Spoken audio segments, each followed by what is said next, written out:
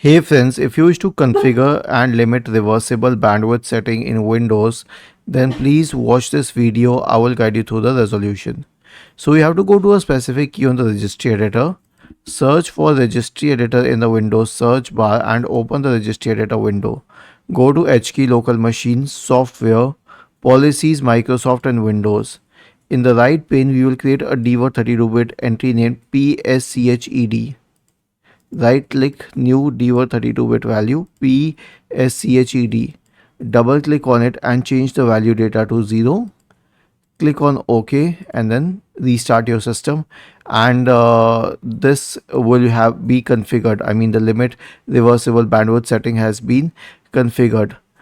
Was this helpful? If yes, then please subscribe to the channel. If not, then let us know in the comment section of the video on how we could help you further.